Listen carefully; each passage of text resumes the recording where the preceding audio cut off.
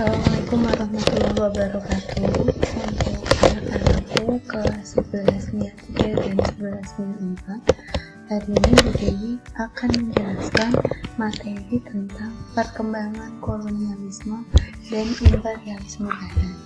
Kalian bisa sambil menyimak LKS kalian halaman 6 tentang perburuan harta karun dari timur dan berebut menjadi penguasa wilayah. Oke, kita mulai ya. Yang pertama, kita mulai dulu.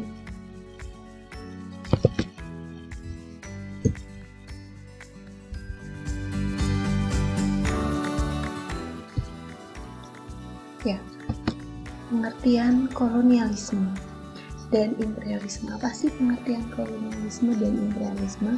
Ya, jadi yang pertama, kolonialisme itu adalah usaha untuk melakukan sistem pemukiman warga dari suatu negara di luar wilayah negara asalnya. Jadi ada usaha sekelompok warga untuk bermukim di luar wilayah negara asalnya.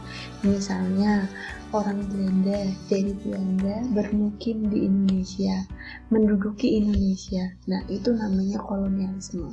Lalu apa bedanya dengan imperialisme?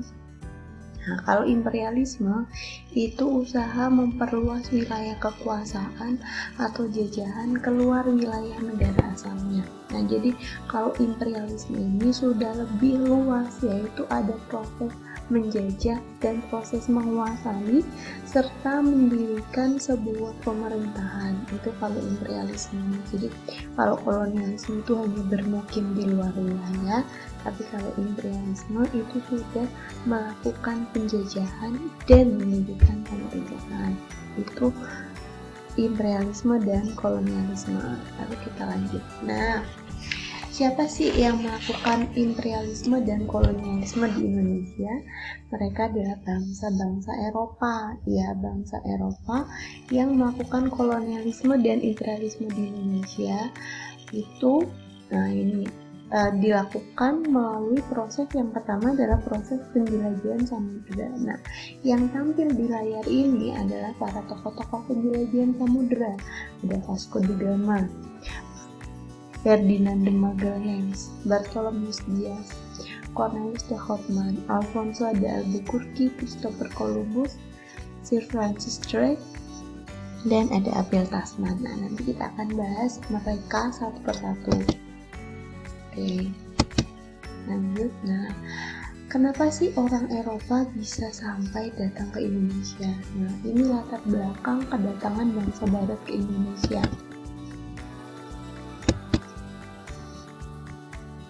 Jadi, kenapa? Apa yang membuat bangsa Eropa datang ke Indonesia? Karena mereka tertarik dengan negara Indonesia yang memiliki sumber daya alam yang melimpah, khususnya adalah rempah-rempah yang pada saat itu sangat dicari oleh orang-orang Eropa. Alasannya, orang-orang Eropa itu memiliki tujuan 3G, yaitu gold, glory, dan gospel. Gold adalah kekayaan. Mereka ingin memiliki kekayaan sebanyak-banyaknya dengan menguasai daerah penghasil rempah-rempah. Yang kedua, glory, kejayaan. Mereka ingin memiliki kejayaan dengan cara memiliki daerah jajahan seluas-luasnya. Dan yang ketiga adalah gospel, yaitu misi keagamaan menyebarkan agama Kristen Nasrani, karena mereka kalah dalam perang salib melawan tentara Islam, sehingga mereka punya misi untuk menyebarkan agama Kristen ke seluruh dunia. Nah, siapa sih orang-orang Eropa yang berhasil datang ke Indonesia? Ada 4 negara, yaitu Portugis, Spanyol, Belanda, dan Inggris. Nah, nanti mereka juga yang melakukan kolonialisme dan imperialisme di Indonesia. Nah, lalu jalur kedatangan bangsa Eropa ke Indonesia. Sebentar, sebelum ini jalur kedatangan bangsa Eropa ke Indonesia ada 4 negara ya, Kalau sebelumnya, jadi mereka itu orang-orang Eropa datang ke Indonesia mencari rempah-rempah. Kenapa? Karena latar belakang yang pertama adalah ditutupnya kota Konstantinopel. Jadi kota Konstantinopel adalah sebuah kota pelabuhan yang mana orang-orang Eropa awalnya mendapatkan rempah-rempah dari kota Konstantinopel tersebut. Setelah Konstantinopel ditutup, karena dikuasai oleh orang Islam, akhirnya orang Eropa tidak bisa lagi mendapatkan rempah-rempah dari Konstantinopel. Mereka terpaksa mencari rempah-rempah langsung dari asalnya, yaitu dari wilayah timur. Mereka melakukan penjelajahan samudera sampailah mereka ke Indonesia. Nah, jalur penjelajahan samudera mereka yang pertama orang Portugis ya yang mempelopori penjelajahan samudera. Ada Bartolomeus Dias yang memulai penjelajahan samudera dari Portugal, pantai barat Afrika, dan Tanjung Harapan. Kemudian gagal, dilanjutkan oleh Vasco da Gama, melanjutkan rutenya Bartolomeus Dias mulai dari Portugal, pantai barat Afrika, Tanjung Harapan, pantai timur Afrika, dan sampai di Calicut, India. Nah, Alfonso de Albuquerque melanjutkan rutenya Vasco da Gama mulai dari Portugal, pantai barat Afrika, Tanjung Harapan baik, masuk ke pantai timur Afrika, sampai di India, lalu melanjutkan ke Malaka dan sampai di Maluku. Nah, di Maluku inilah Portugis berhasil membangun benteng di Ternate, sehingga mulai deh ada kolonialisme Portugis di Ternate, yaitu di wilayah Maluku. Bangsa yang kedua yaitu Spanyol, dipelopori oleh Christopher Columbus yang berlayar mulai dari Spanyol ke arah barat, yaitu ke San Salvador sampai di Amerika. Tapi Christopher Columbus tidak berhasil mencapai negeri penghasil rempah-rempah. Nah, pelaut selanjutnya yaitu Ferdinand de Magellan yang memulai penjelajahan samudera dari Spanyol ke arah Samudra Atlantik. Lalu sampai di ujung Amerika Selatan, menyeberang Samudra Pasifik, kemudian sampai di Filipina tahun 1521. Tapi Ferdinand de Magellan terbunuh di Filipina oleh suku setempat. Akhirnya dilanjutkan oleh Juan Sebastian Elcano. Dia melanjutkan perjalanan Magellan. Nah, dalam perjalanan kembali ke Spanyol, mereka singgah di Tidore. Sejak saat itu terjalinlah kerjasama antara Spanyol dan Tidore. Kerjasama itu tidak hanya dalam hal perdagangan, tapi juga dibangunnya benteng Spanyol di Tidore. Nah, kondisi ini kemudian mendorong permusuhan antara Portugis dan Spanyol, karena Portugis telah terlebih dahulu menduduki wilayah di Maluku. Nah, akhirnya mereka didamaikan oleh Paus dengan mengadakan perjanjian Saragossa, di mana disepakati bahwa Maluku dikuasai oleh Portugis, sedangkan Filipina dikuasai oleh Spanyol. Nah, ini mulai lagi ada yang namanya kolonialisme di wilayah Indonesia. Lanjut, Inggris dipelopori oleh Francis Drake dan Thomas Cavendish. Dengan mengikuti jalurnya Magellan, pada tahun 1579 Francis Drake berlayar ke Indonesia. Armadanya berhasil membawa rempah-rempah dari Ternate dan kembali ke Inggris melalui Samudra Hindia. Nantinya Inggris mendirikan EIC, tapi bukan di Indonesia, melainkan di India. Selanjutnya Belanda pada tahun 1595 berhasil melakukan penjelajahan samudera yang dipimpin oleh Cornelis de Houtman dan Peter de Keyser berangkat menuju Indonesia. Mereka menyusuri pantai barat Afrika, lalu sampai ke Tanjung Harapan baik.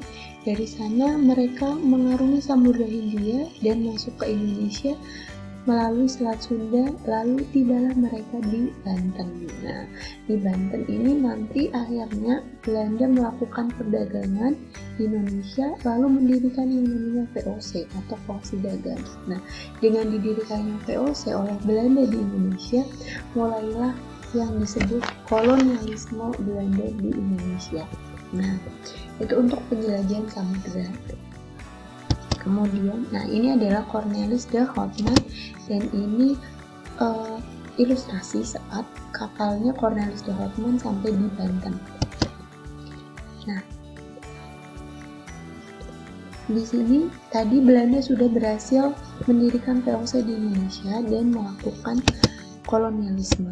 Nah, kebijakan Belanda di Indonesia mendirikan VOC tahun 1602 dengan tujuan VOC yaitu menciptakan persaingan yang sehat di antara sesama pedagang Belanda yang ada di Indonesia. Yang kedua, memperkuat kedudukan Belanda dalam perang, dan yang ketiga, membantu Belanda melawan Spanyol dan Inggris. VOC semakin kuat karena adanya hak oktroi, yaitu hak istimewa yang diberikan oleh pemerintah Belanda kepada VOC, sehingga VOC walaupun hanya perusahaan tapi bertindak layaknya seperti sebuah negara di wilayah Indonesia. Nah, kepemimpinan VOC di Indonesia ini bertindak kejam dan semena-mena, melakukan politik divide et impera atau adu domba, dan banyak pegawai VOC yang korupsi. Kas keuangan VOC nantinya kosong karena untuk membiayai perang, dan akhirnya VOC bangkrut. Nah, ini gambar-gambar ilustrasi kolonialisme Belanda di Indonesia ya.